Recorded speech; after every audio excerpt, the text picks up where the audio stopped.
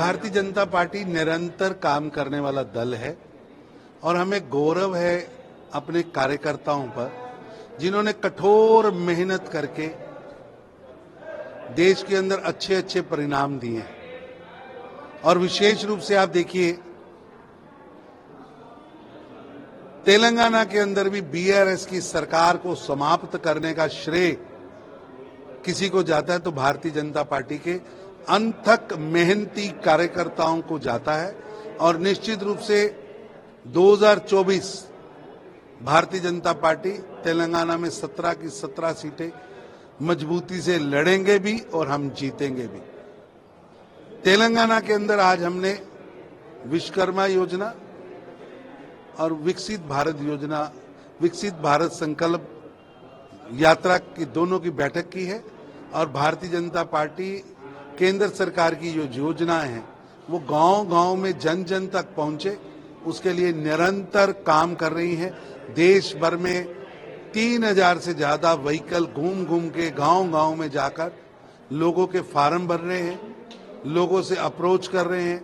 मान लीजिए कहीं गांव के अंदर किसी को अभी उज्ज्वला का कनेक्शन नहीं मिला तो उसको कनेक्शन दिया जा रहा है। वहां मुद्रा लोन अगर किसी को नहीं मिला तो उसको मुद्रा लोन दिया जा रहा है। वहां गांव के अंदर एक राष्ट्र को कैसे आगे बढ़ाया जाए उसकी योजना बनाई जा रही है। सर, 3 राष्ट्रों में बीजेपी सरकार में आई है, पर सर अनफॉर्चुनेटली तेलंगाना में इस बार असेंबली इलेक्शन जीत नहीं पाई, तो क्या स्ट्रैटेजिकल चेंज इस इलेक्शन में बीजेपी? ऐसा है कि मैं मानता हूं कि तेलंगाना के अंदर बीआरएस की सरकार जाने के पीछे कोई श्रेय किसी को है तो वो भारतीय जनता पार्टी के कार्यकर्ता को है, जिन्होंने 5 साल ग्राउंड पर रहकर लड़ाई भी लड़ी, वोट बैंक भी खड़ा किया, जनता के बीच में जनता के मुद्दों को लेके गए, आंदोलन किया, लाठियां खाई, जेल गए। आज रेवंत रेड्डी जी मुख्यमंत्री, मैं उनसे एक ही प्रश्न पूछना चाहता हूं, पिछले 5 साल में वो कोई एक कार्यकर्ता का नाम बताएं जो कांग्रेस का कार्यकर्ता या विधायक जो जेल गया हो, जिसको लाठीचार्ज हुआ हो।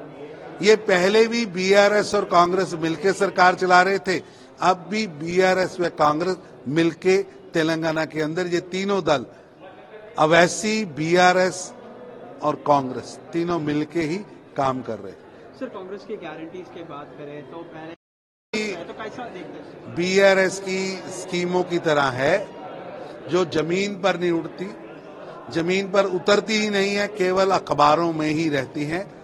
अब भी ये जो घोषणाएं हो रही हैं, आज नरेंद्र मोदी जी की स्कीम्स का हमारे पास 100% रिपोर्ट है कि हमने देश के अंदर 10 करोड़ घरों पर रसोई गैस पहुंचाया, 11 करोड़ घरों पर शौचालय बनाया है, 50 करोड़ गरीबों की मेडिकल इंश्योरेंस की है, 14 करोड़ गरीबों के घरों पर पीने के पानी का टैप पहुंचा है, 60 करोड़ गरीबों को बैंकिंग से छोड़ा।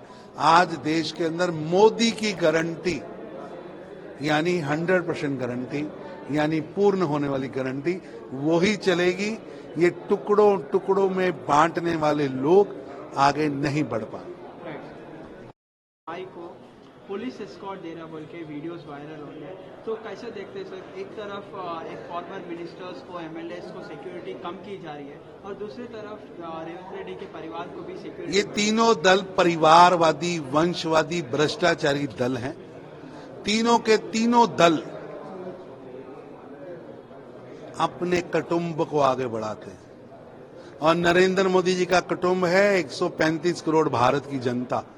और आप देखिए, साहिब आए हैं, नए निजाम आए हैं, नए निजाम अपने साथ निजामिज्म भी लेकर आए हैं। अब ये नया निजामिज्म है, भाई, भतीजा, बेटी, चाचा, बुआ। दिल्ली में भी ऐसा है कि सोनिया जी, राहुल जी, प्रियंका जी, जी, कुछ नहीं, केवल परिवारवाद की परिक्रमा ही कांग्रेस, बीआरएस और एआईएमएम का चरित्र है और वही वो लागू कर रहे हैं।